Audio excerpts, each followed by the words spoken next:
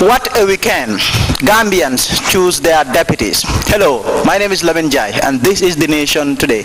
Coming up tonight, Gambians vote in parliamentary elections. President Ahmed has described the number of candidates that really vied for seats in the National Assembly elections as unprecedented. We have that report for you today. Well, the president and his National People's Party have fallen short of an absolute majority. We also have that report for you. Mama Kande is also addressing his supporters. After his party, they fielded 26 candidates. They secured 0 seat in parliament. We have that report also for you, but also the IMF is saying that the Gambia's growth will flatten in this year, that is 2021, given the war in Ukraine. My guest tonight will be Ahmed Gitteh. But before all of this,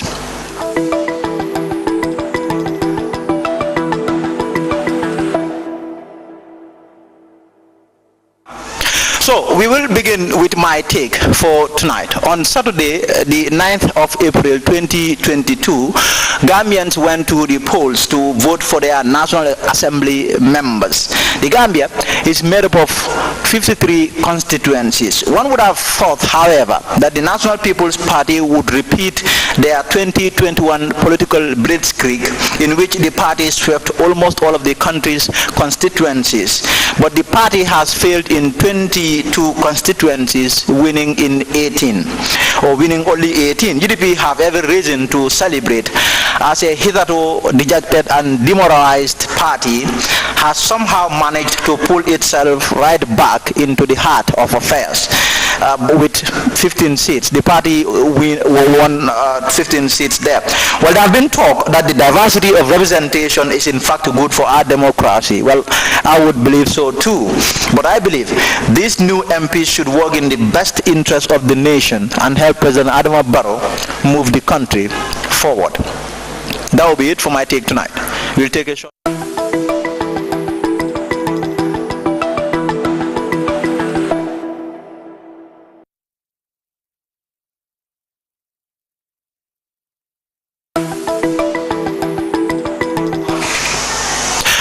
Welcome back. So President Adama Barrow has described the number of candidates that contested in the just concluded parliamentary elections as unprecedented. These elections saw a staggering 246 candidates contest in the elections. 251 were nominated, but 5 withdrew nights before the poll on Saturday. More in this report. The president said the number of candidates in this year's National Assembly elections is a clear indication that the country's democracy is moving forward. It is more than all candidates who were contesting in previous National Assembly elections. That is a clear indication that Gambia have moved on. Our democracy is moving. That means the field is level, and I think that is very good going forward. Because it was a transition period. Now the transition is over. We have consolidated ourselves. We have built a strong foundation. Moving forward, it is very, very, very clear. And I will call on the Gambians to come out in their numbers as the way they did in the presidential election. This is as important as the presidential election. So we call on everybody to come out and vote. Vote peacefully. Go home and listen to the results. This is my advice. And we thank the Gambian people, definitely. Having won in a landslide victory in the December 4th presidential elections, President Barrow was optimistic that his party was going to win majority seats in the National Assembly elections because he won almost 53% of the total votes cast during the presidential elections. Now we are voting for National Assembly members. We are very hopeful that the NPP will have the majority. Looking at the presidential election, it is a very clear indication that we will have majority in the National Assembly. But I will seize this opportunity to thank all the parties, independent candidates who have participated in this election. It's unprecedented. Meanwhile, this election saw a low turnout of voters in all administrative areas. Out of 962,157 registered voters, only 492,754 people cast their votes, a total percentage of 51. Sports Minister Bakari Waibaji, speaking on the low turnout of voters, said it is likely for the elections to register a low turnout, but it is not encouraging. He emphasized the importance of the legislative branch. The turnout is very low, that's what I see. But I've also consulted with the people out there, and I think it has been the same way since in the morning that the turnout is very low, so which is very common when it comes to parliamentary elections. But that's not what we expect. We expect that people understand that in as much as the executive is important, the legislative body, which is the National Assembly, is also equally important because it's one arm of the government and it's responsible to hold the executive accountable. So people need to take it more serious and understand what the National Assembly role is. But, you know, the most important thing is that those that are willing have come and they have casted their votes. Meanwhile, President Barrow's party could only get one seat in the Kanifing, Banjul and Brikama administrative area. His party secured 6 seats in the Basse administrative area out of 7 seats. The NPP secured 18 seats, closely followed by the rival opposition, the UDP, with 15 seats. Jacqueline Colley for StarTV News. Jacqueline Colley reporting there. Well, the National People's Party's plan to have majority to at least get 40 seats in Parliament hasn't gone as planned, as the party managed to only secure only 18 seats in the Saturday National Assembly elections, denying the ruling NPP absolute majority in Parliament there. Mariam Dem came through with this report. Unlike the 2021 presidential election, the parliamentary election on Saturday reported a low voter turnout of 51%. Out of 962,157 registered voters, only 492,754 cast their votes. The governing National People's Party is reeling from its defeat in the populous settlements in the Greater Banjul area. The NPP lost all of its presidential election-held territories right from Banjul down to Soma in Jara West except Olyundum. The NPP, however, swept the 2 provincial regions, URR and CRR, where the party won all seats but one. The NPP made a total national tally of 18 seats out of 53 constituencies, while its coalition partners NRP secured 4 seats and APRC 2. The rest of the seats went to the main opposition party UDP, 15, PDIS 2 and 12 independent candidates. Notable casualties for the governing party include Alhaji Jawara of Lower Badibu, who alongside 4 others, Baba Gale of Sanementreng, Sekou Marong of Latrikunda Sabaji, Sekou Bajajo of Busumbala and Fatumata Jawara of Talinding Kunjang, joined NPP after being thrown out of the UDP 3 years ago.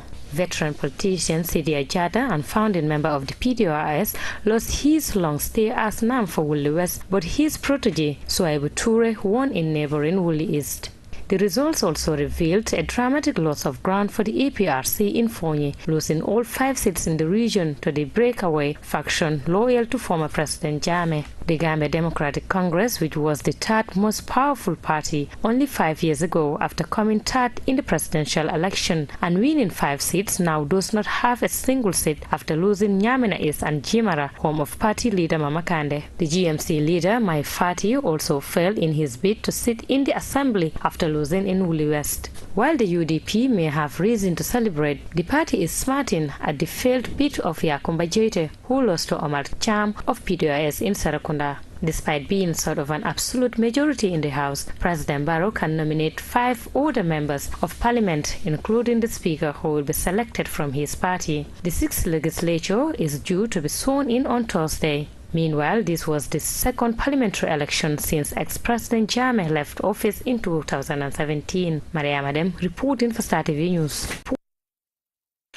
Now, GDC leader Mama Kande has addressed his supporters in an audio message where he thanked them for their hard work. Well, the party did not secure any seat in the National Assembly elections. The party fielded 26 candidates. Well, they were unable to at least secure a seat in Parliament. However, the party's leader, Mama Kande, has been speaking to his supporters, thanking them for all that they have done in this election and asking them to continue with this struggle. More in this report by Hadi M. Jajo. Gambia Democratic Congress filed 27 candidates in the Saturday's National Assembly elections, making it the 3rd party with the highest number of candidates. The party, however, failed to replicate defeat as it has not been able to win a single seat out of the 27 constituencies it contested. Gambia Democratic Congress Party leader and Secretary General Mama Kandeh thanked his supporters and party candidates for their tremendous work during the parliamentary election, even though they failed to retain their seats. Kandeh added that he is impressed with the work his supporters and executive members did this year for the first time in the history of the party, despite the defeat in the April 9 parliamentary election. He further added that the electorates own their votes and they have the right to decide whomever they want to represent them in the parliament, and they respect the verdict of the people. Kandeh continued to thank and pray for all those who spend their resources to support their candidates during the campaign and advised them to return their faith to Allah and know that this is not the end of the world. Reporting for StarTV News, I am Hadi Mjaju. Now, still on current affairs, that is news, we now go to Jamweli in Combo North, where there is a school called Hope Academic. They have registered a new structure in the school's premises. The building will not only facelift the school, but also enhance learning as the new structure is loaded with learning materials.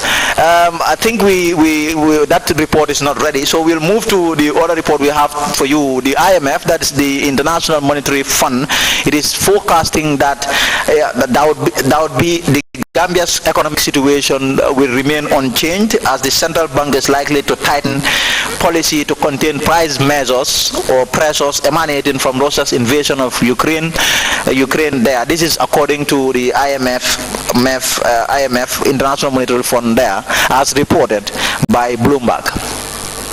Gambia economy is seen expanding 5.6% this year after rebounding to that level in 2021 from pandemic-induced low levels.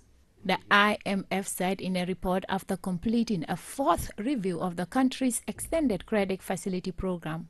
The repercussions of the war in Ukraine are weighing on the rebound and fueling inflationary pressures. The Washington-based IMF said monetary policy will need to be tightened in the face of increased inflationary pressures while safeguarding the fragile economic recovery.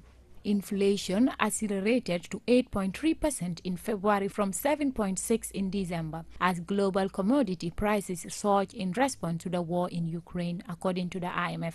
Gambia met all but one of the quantitative performance criteria and all but one of the indicative targets set for the review period ending December 2021, the IMF said. The IMF Executive Board may approve a $7 million disbursement to Gambia when it considers the staff report in June, it said. A team from the International Monetary Fund, led by Mr. Fizara, mission chief for the Gambia, held discussions with the Gambian authorities during March 28 to April 8, 2022, on the fourth review of the Gambia's economic program supported by the IMF Extended Credit Facility Agreement. The IMF mission chief for the Gambia revealed that the Gambian authorities continue to fulfill their commitment to full transparency of COVID-19 related spending. They continue to regularly publish the list of all COVID-19 related procurement contracts and their beneficiary owners on the Gambia Public Procurement Agency's website.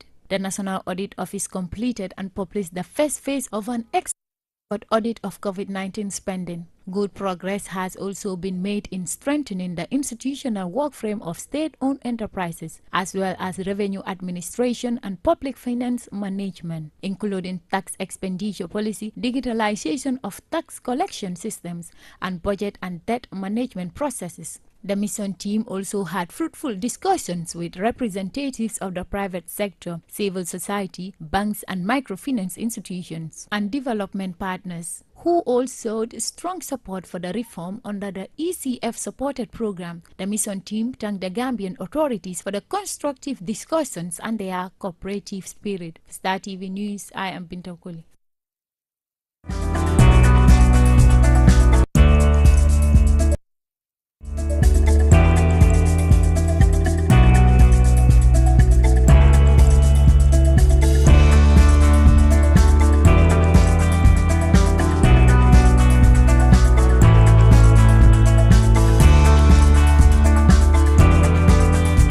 Thank Thank you. So tonight I'll be speaking to NPP strongman Ahmed Gitteh. He's my guest for tonight. Mr. Gitteh, thank you for coming on my show. Thank you very much for having me, Uncle. I mean, this is going to be a big interview, so get ready. I would want you to draw closer to your microphone. Exactly. Thank you. Why did you break away from the main National People's Party? I don't think I have broken away from the National People's Party. I supported a candidate that I believe would be of importance and of relevance to the beliefs and aspirations of National People's Party. Remember, we were going to elect people to represent us in Parliament, the most important house in the country, where decisions are made, and not just decisions, but very important national decisions. And the people that you need to send to that house must be people of substance and people who understand matters, at least in particular areas. And I, rooted for a person who is an expert in the health sector. So, but we are all NPP. I didn't break away from NPP. Well, I mean, they would say that, but I did not break away from NPP. So here is the thing. Let's clear that. I mean, you come from Brikama South. Yes. NPP chose a candidate. Yes. You did not back that candidate. You backed a candidate of your own. You are talking about people of substance. Are you saying the candidate that the National People's Party chose wasn't a person of substance? He might be a person of substance, but that substance is not so you are what not we need. It's not. Let me finish. The substance he might have is not what you need in someone that is supposed to represent the National Assembly. How did you know that? So I have watched, and I have also had a little bit of interactions, and I've asked people who knew the individual. Now, there is a list of things that people need to, acquire when you're going to the Parliament. One of them is, and I'm talking about Constitution. The person has to have a degree of understanding of English language to be able to participate in important matters in the House. A degree of understanding of English language. You have to be able to write. You have to be able to read and understand. You also have to be able to explain and defend or, reject matters that are placed before you. And I believe that the individual they have picked out of about 5 candidates that were produced to compete was the lowest when it comes to qualifications. And I, as a founder or a founding member of National People's Party, felt that was an insult to what I believe was the tenets of the party, was one of the pillars on which the party was built, and that is, encouraging quality, encouraging knowledge, encouraging skill sets, and also encouraging youths. All these were absent in the candidate they've chosen, and I chose to go with the one they've rejected. In addition to the way and manner in which the candidate was picked or selected, there were some very, very irresponsible after selection comments that were made by those that were at the helm of affairs at the regional level. The manner in which they handled the aggrieved party was the worst ways to handle. I mean, you know, and it backfired. So okay, let's talk about this then. You rebelled against the party after the party did not choose the candidate that you want the party to pick. You broke away. You are saying you did not break away, but yes, you broke away, because this is a party. There cannot be two candidates for one party. There can be only one party, a candidate. So if you do not support that candidate and you have a candidate of your own who is up against that candidate, effectively what you've done is that you have broken away. I disagree with you know, the choice of candidate of the party, but I believe I was still in the house. I did not break away from the house. I was still under the roof of the house. But let me put it this way, that you undermined the party, because I did not undermine the party. You undermined the party. I prevented the party from being undermined. Now let me make this very clear. No, you undermined the party. No, I did not. You undermined the party. The party lost. The party, yeah, no. The party is responsible for the loss. Those that go away are responsible for the loss. No, they are not. The people who selected the candidate, those that were responsible, created the mess, and they own the responsibility in its entirety. So now let me finish. Let me finish why. I will let you know why. The reason being, you might play your politics in a dirty way as much as you can. And by the way, it could be similar to 2016. President Adama Barrow was not the most educated. Of course, he had the bare minimum of qualifications to be president, but he was nowhere close to the intellectual pedigree of the likes of Halifa Saleh, Bolong Sane, Bolonding Bojang, and Dr. Aissatou Toure. He was nowhere close to those. We played our politics. We got the majority, but when that happened, those that were aggrieved, you immediately reach out to them to make them feel important. But you don't just have them aggrieved and say, go fuck yourself. I'm sorry that I'm fasting. But these were the words coming from LAMIN. Do whatever you want to do. Go wherever you want to go to. This is what we have done, and that's it. That is what they have done, and this is not a religion. But you are not in this for LAMIN. You are in this for President Adama Barrow. The president. I am not in this for. You are in the National People's Party. Not for President Barrow. I am in the National People's Party for my beliefs, my views, and aspirations for this country. But you have him as your leader. Yeah, but I am not there for him. Yes. Let me make this clear. Let me make this very clear. I went into the party before even the party was formed. President Adam Barrow and Dabo were equal as far as I'm concerned in terms of citizens. They were equally human beings, and they were both strong people of the National United Democratic Party. When matters happened, I independently looked into things and independently made an informed decision that I want to align myself with President Adama Barrow. And we came together with that similarity in ideology, and we formed a party. He is the party leader, but he was not the one that picked the person in our constituency. And when that happened, I had communicated to the people on the ground to tell them this was not right, and they were not listening. And they say we do whatever we want to do.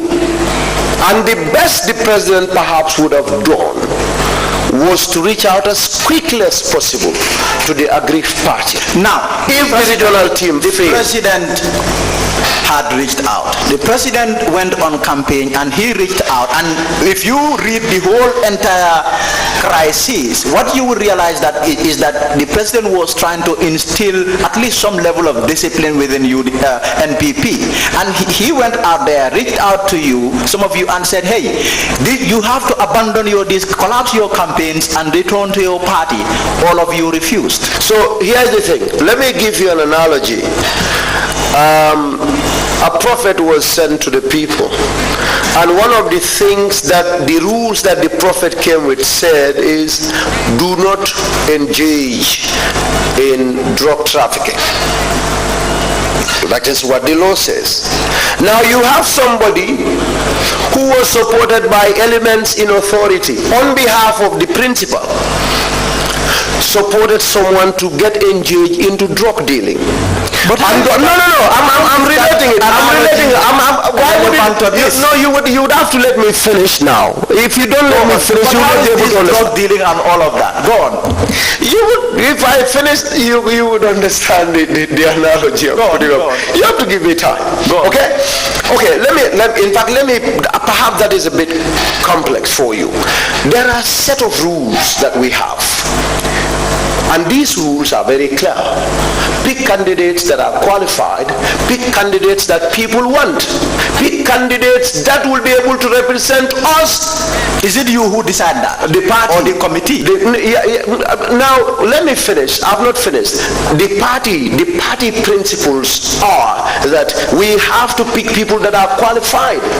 One of the criteria to look into in qualification is the ability to fluently express yourself in the National Assembly in English language.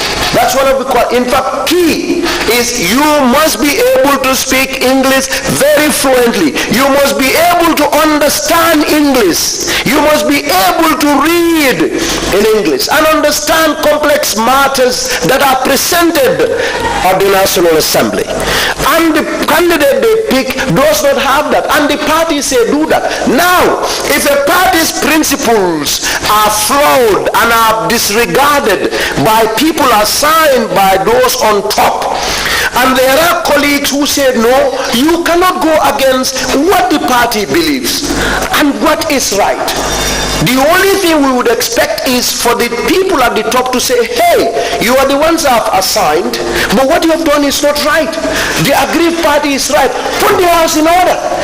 That did not happen. So we believe President Barrow and I are both members of NPP. NPP is the parent. NPP has rules. We are not going by what the president wants. We go by what we wrote in our constitution. And the president and all of us have to abide by. Just like in the country, president does not just, destroy or go against the laws of this country because he's the president. Every citizen have to respect those laws. The same apply to the principle.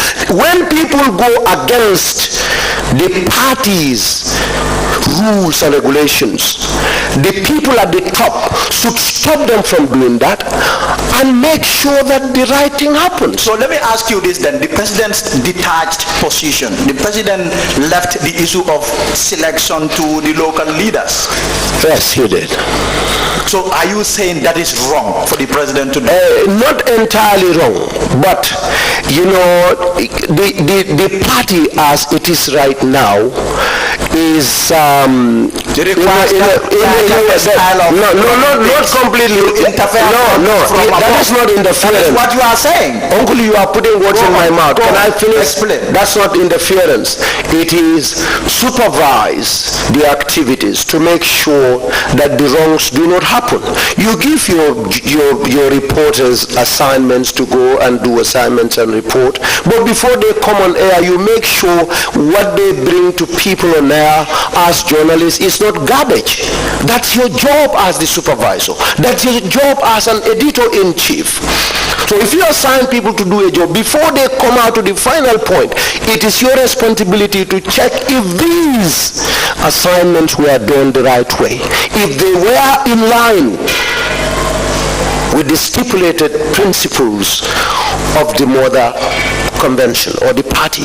If they are not, it's important, it's incumbent, obligatory upon you to fix them, and that did not happen. And I have not blamed the president that much for that. There are different layers. Even around the president, there are people who would tell him things that were actually not real on the ground. So they've chosen, and we would not accept that. I am not the best of educated people, but I've been to university, and I wouldn't allow someone to represent me from my constituency who wouldn't even be able to write a good, well-structured sentence. I mean one sentence. Someone that wouldn't be able to even construct a good sentence in English. And doing that, constructing several sentences, is one of the requirements of anyone that is going into parliament. I wouldn't be a part of that. The UDP took full advantage. They pounced. You made the NPP votes scatter, and as a result, UDP grabbed Brikama South. Yes, they did. How do you feel about that? I felt in a way vindicated, and I felt in a way. Are you really proud of what I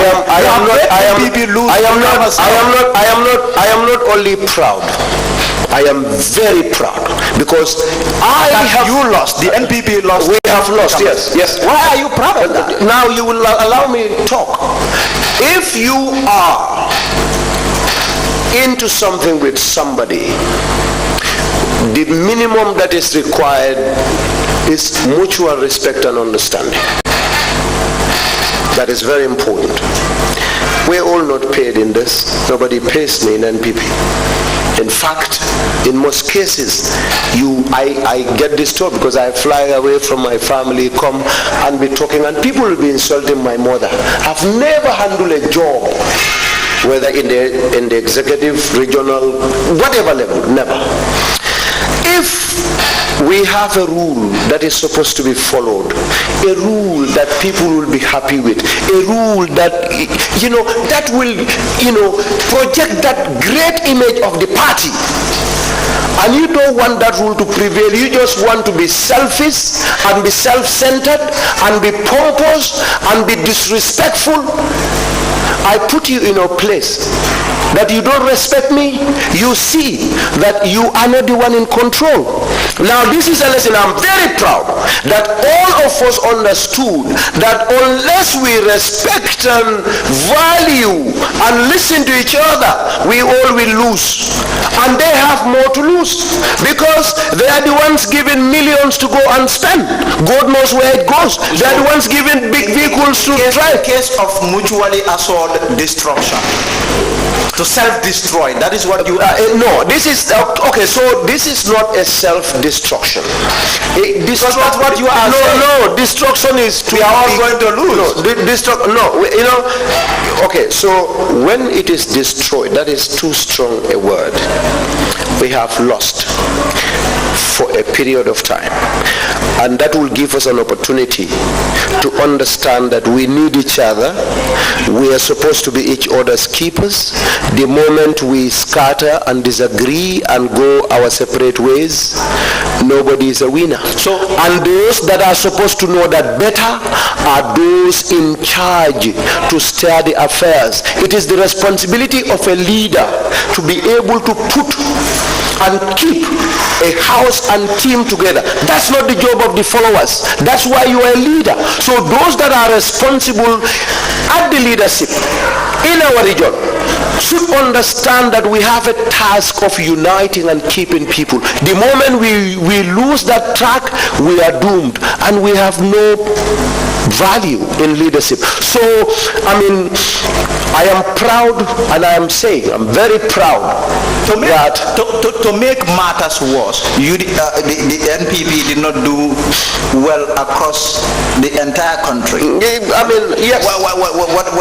How is that going to play out for the party, for President Adama Barrow in these 5 years that he will be in? Well, okay. So in terms of operation in the parliament, it's not as bad as you would think it is. Apart from UDP, even with UDP, there are people that are very objective-minded. There are members of parliament that will not even agree with Dabo on certain matters. Let's say Dabo doesn't want a particular bill to be passed. If they believe is in the interest of their people, they will. And the president that I know has the best interest of this country at heart. The president I know and his new cabinet that is going to come will only bring bills that will be in the interest of the people. So I believe independent, NPP, UDP, NRP will all come together to forget about the differences and look into this multi-partisan interest, and that is the interest of the country, and they will push bills that are of interest to our country. That is something I believe. There is a place. The second part of it is how it plays, how that place is. The president will now understand that, not all that glitters is gold. I mean, it's hard to say. I personally have complained to HE about LAMIN in particular in West Coast. He will insult people. He will insult people. He will insult people. LAMIN Jatta's job is insulting people. And if he starts a team with 10 people, know that by the end of the day, he will not be talking to 7 of them. If he forms a team right now, in the morning, before end of the day, LAMIN Jatta will not be in talking terms with 7 of them. So now let me ask you about the NPP's performance in the Greater Banjul and the West Coast. It's abysmal. It's bad. Myself, I mean, by going by the presidential election, I was stunned by the president's performance. I mean, I did not see that. I did not see it coming. It was quite excellent. Yeah. Excellent performance. Excellent. And then my thinking was, when come the parliamentary election, that was going to replicate. To my shock and surprise, I mean, that's not the case. Only one seat. So a lot of factors were at play. This wrong selection by the selection process was one, because people refuse to go, and you can translate that to voter apathy, if you will. Number 2, but 51% is not that bad. Half of those that voted, because it has always been like that. Yes. How much money was spent during the presidential election, and how much was spent this time around is a very good question. My understanding is each candidate was given, everyone, like each candidate was given, I think, 400,000 or so. Now, a case in point is the people of LRR, for example. During the presidential election, I remembered very well that 35 vehicles were sent to LRR for people to vote. This time around, 5 vehicles were provided. Where are the people who feel the 30 remaining vehicles that you shift to go and vote? Where are they? What made you believe, or what made you think that, this time around they will work or pay their fares to go to LRR? You ship them to LRR. 35 vehicles went to LRR by NPP. This parliamentary election, 5 vehicles. What made you think that, the 30 vehicles that you left behind will not go? What made you believe? How much money did you spend? What make you believe that parliamentary election, people will come and spend a lot more money on their own on the parliamentary election?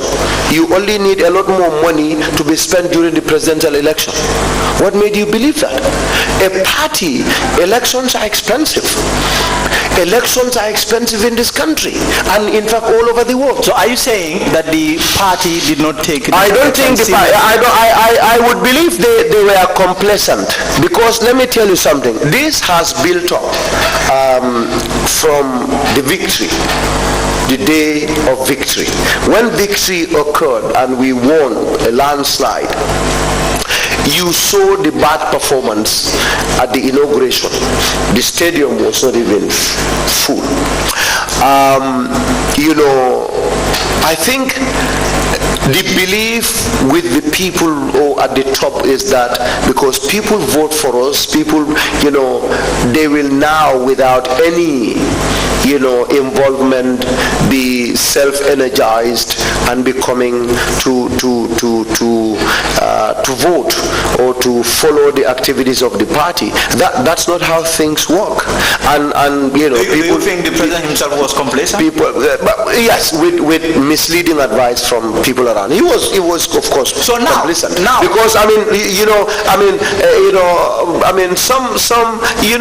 you remember when he went round the tour, I would expect that he was not going to talk about independent candidates. But Ahmed Ba. No, we will get to Ahmed. We will get to Ahmed. Okay. But all right. Now let's still concentrate or focus on the West Coast, KM and Banjul. Yes. Some of you who were you broke away, so you were not there when the operatives were leading the campaign in these three regions. In terms of your leaders in these regions, because I'm sure they must have been, you are saying that the president must have been misinformed. These are the people who were at the forefront. These are the commanders, the battlefield commanders, and they must have been telling the president that they've secured the various constituencies that make up these three regions. And then the president loses in all of these regions. In terms of your leaders in these three regions, what would you say? What's your opinion on the work that they've put in and what they must have advised President Ahmed Barrow? So like I said, a lot of things, a lot of factors were at play. During the presidential election, let's say, a lot of great people from the diaspora came home to participate, like myself. I was here for like 6 months. There wasn't a village in Combo that I have not visited. And in fact, some of them I visited more than 20 times because I never believe people, very difficult to so I go there because anytime you visit another candidate another party would, so we will continue going. I have my vehicle and we're always with the people, and I'll be reporting that most of the time, talking to Ibrahim Asila and what is supposed to happen. We collaborate and all of that. And I think for some reasons in Combo there might be, but I think if nobody says it, I will. My absence was felt. There was a vacuum. The party missed you. Of course, if they don't want to admit that, I would tell them, because I knew what I have done with my team. I knew, and God knows what I have put in. And during that 6 months. Now coming to these leaders, people from even before the presidential election, people were fed up with LAMIN Gitteh, especially. KMC will get to it. But in West Coast, people were fed up with LAMIN Gitteh. He was such, LAMIN wasn't even, I wish you had 1 or 2 interactions with LAMIN. Words that come from his mouth are worse in taste than feces. He is so arrogant. He has no respect, not even a little of regard for people. Of incompetence that I saw some people peddling among some of your leaders in the West Coast, in the KM and in Banjul, that these people were just sitting there eating money and not doing any work. That is a factor too. And in one of my videos I say that. Some of them, you give them a lot of money. I remember a very troubling situation that I had with the West Coast team some time ago. In fact, before that incident, I went to the president. I met him in Mansakonko. We spoke on the phone before that. I told him I needed $41,000 because I need some vehicles for president's program. The campaign was going on. He said, okay. I went to Mansakonko. I met him. He asked me to see with one of his aides for the money. And then LAMIN said he called West Coast. LAMIN said, the president told him. LAMIN said, oh no, the vehicles are going to be okay. It's going to be fine. they gave 3 vehicles to Gitteh. I had to myself, the people are there, I have to myself get 8 vehicles to make it 11, and I paid that money from Gitteh. We had 11 vehicles from Gitteh for that program. C4, we got 7 vehicles. I have to pay $21,000 of my money. My people are there, and I'm fasting. So they will be given money. They'll be given money to go and get people. God knows what they do with the money. And I have seen those myself. I remembered the president had a very big program at Sukuta. He had a big meeting, and people were supposed to be brought with vehicles and all of that. You know, people came, but couldn't have vehicles to go back because the number of vehicles that they were assigned or asked to bring, they did not. Ask my friends, the pickup that the president gave me, I had 6 trips. That day we slept at 3 a.m. 6 different trips. I took people to, Kunkudang. I took people to, Nyofele, Kasakunda. I took people to Sifo, Gunjur. I took people, they refused to give people vehicles. The president left and went home. People were left at that ground in Sukuta. 6 different trips was what I made with my truck, the pickup that the president gave me that day. I slept after 2 a.m. that day. So incidents like that were happening, and it has been built up. But this, I believe, is a blessing in disguise. We've not lost completely, but we have learned a lesson, and we know what is wrong with us now, and it's our responsibility to fix it. Some of you who broke away, who rebelled, you don't say that those are you rebelled from the main cause. I did not rebel. From the main cause. I disagree. You rebelled from the main cause, and you have a top advisor of the president, a top companion of the president say, you people are even worse than the UDP. There was your UDP, Ahmed. That comment that Ahmed made sparked controversy, sparked anger from within some of you people among the group that broke away. In terms of his comments, he is not, we know he's a companion, a political companion of the president, but he's not a member of the National People's Party. What do you make of his comments? So, with all due respect to both the president and Ahmed Ba, I would have expected that when Ahmed made that statement, the top echelon of the party, including my own leader, would have had a family discussion with Ahmed to avoid going after the independents. And I made a video where I said this, because there was a misunderstanding in the family. If you don't handle it properly, the UDP scenario would happen. I made this very clear. UDP, we came in 2016 very powerful. We would have been the best in history, and no force would have been able to break us.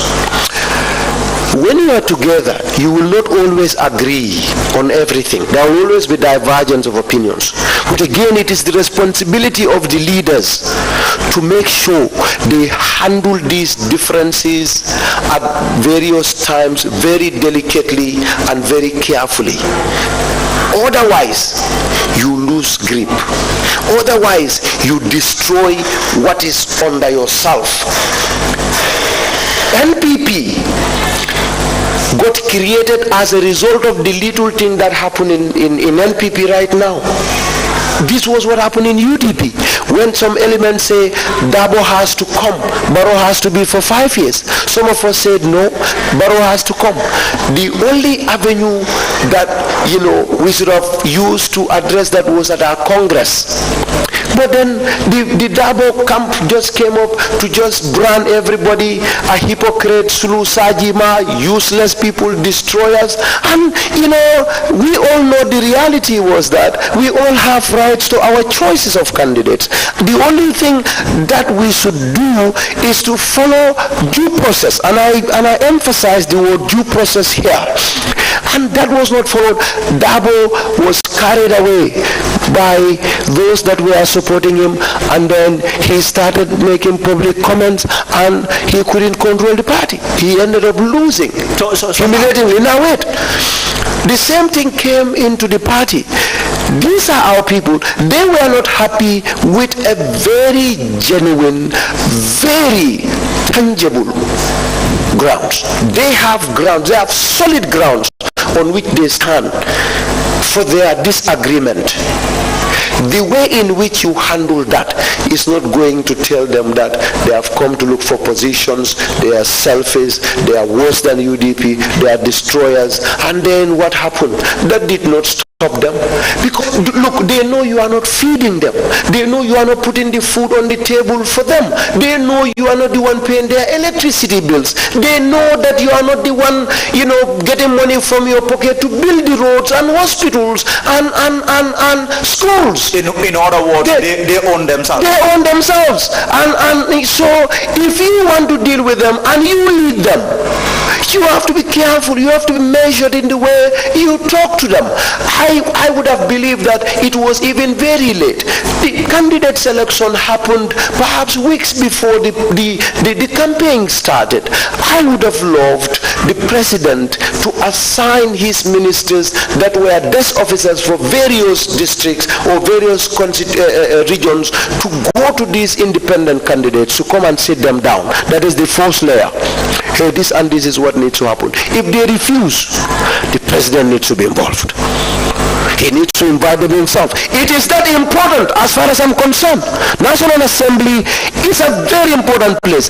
I don't know how that value is not seen in this whole matter as I have seen. I believe the president should have himself been involved in the negotiation. In fact, kneel down for these independent candidates. Please, we know it's not right, but come, please.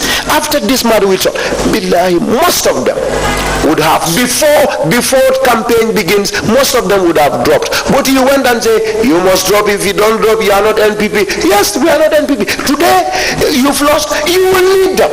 Now you lead them. Now, one interesting thing that also happened ahead of the National Assembly election is this issue of President Barrow keeping or retaining a cabinet that has clearly gone past its sell-by date. Retaining that cabinet, various theories, of course, flew that he wants to retain them as a way of taking Parliament and then later appoint his new cabinet. And that, someone would say has backfired or misfired. Okay, so I was one of those that disagree with the president's point of view on this matter. But let's clear that. Was that the president's view? Was that his point of view? Okay. So now let me be clear. Yes. I understood the president wanted to keep the cabinet until after the parliamentary elections. Now, for what reason, that might be known by very few. No, but of course we will all speculate. Yes. Now, and these speculations will not be that wrong, because this is politics. Most people want positions. Most people want to benefit, and you don't have enough of positions to give everybody, and those you have not given may not be happy. And if they are not happy, they are not with you. They go their way. A lot of them will do that. I am one of those that spoke to somebody, big, and I believe that a lot of people did not, before the election, agree with the set of cabinet we have. They are not happy with a lot of cabinet ministers. We all know that. That's in the open.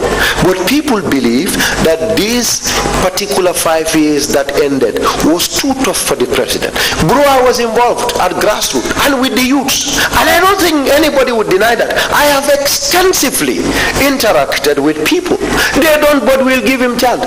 People from other parties left their candidates. And they came. We brought them. They want to give the president second chance, but they have no hopes whatsoever in most of his cabinet. Now, for him to keep that cabinet until after parliamentary election, a lot of people saw that as, you know, the president not intending to change and not, you know, serious, if I would say, about, you know, the cries of people. And people say these things, and I would believe that is one of the factors too, that you know, some cabinet members, people are not happy with them because they believe they are doing a lot of stuff that is not in the interest of the country, that is not even in the interest of the president. And I'm sure the president he gets messages more than anyone else. So that is of course a reason. But when I say that, people here, they said I'm an opportunist. I'm going to go there. What do you say to comments that Ahmed Gitteh is an opportunist? He goes to his people in Gitteh and say President Adam Barrow is going to make me Minister of Youth and Sport. I have never told anybody President Adam Barrow is going to make me a Minister of Youth and Sports. I have never in fact told anybody that the president will make me a minister. Now, I know this is from UDP press conference. You know, Dabo made a comment about me giving a ram and $25,000. Actually, this was $500. I gave them $500 that particular day. What a ram, and of course after that I gave them a bull. I gave them at least I gave them 100,000. You know, because what happened? This is I mean my place. Are you saying that Dabo is not telling the truth? Well, you know, he got the fact that I gave them a ram and $25,000, which is $500. But to say I told them I want to be just a youth and sports minister. In fact, all those that knew me would tell you that one of the positions I'm never interested in is youth and sports ministry. So we are going to do this quickly. I'm coming. I think you have answered that. Yeah. We are going to do this quickly. We don't have much time on our hands. Yeah. Let me now ask you, are you an opportunist? I mean, you know, sometimes people's definition of opportunism, I don't know. If the one I understood is the meaning of opportunism, I don't think I'm an opportunist. I am not an opportunist. And by the way, you know, let's say there is a measurement of, you know, work, because those that work get rewards. You know, there is a saying, man jadda wajada. This is an Arabic statement. You know, those that work hard achieve. Who in NPP would raise his hand up and say, I have put in more time and work to re-elect President Barrow than Ahmed Gitteh? Let one individual come here and tell me, I have worked more than you to re-elect President Barrow. Let one individual come. Let one individual from the party come out and say, I have sacrificed more than you, Ahmed Gitteh. Let one person come out. So wait, I'm coming. So if you have worked and time has come for people to get positions, they call you an opportunist. That is serious. I mean, you work with people, they know you. I mean, even those that I would consider my adversaries, that is the UDP, everybody would tell you with all honesty, Gitteh worked hard. You came. So you worked, and now it's you know, the positions are there, and it's going to be given to people, and you say he's an opportunist. That is very unfortunate. You came 2 days to parliamentary election. Have you met President Barrow? No, I've not. I did not. Not within that period. Are you interested? Well, of course, I would definitely meet President Barrow. Inshallah, I'll meet President Barrow. You know, I mean, Gitteh, thank you very much. We've run out of time. You are my nephew, we've run out of time. But I hope to bring you back on some other time. Thank you very much for your time. I appreciate it. Thank you. You're very welcome. Thank you. Take care. That's Ahmed Gitteh, politician, National People's Party. Well, now breakaway strongman. He was my guest for tonight. I will see you on Wednesday. Until then, goodbye from me.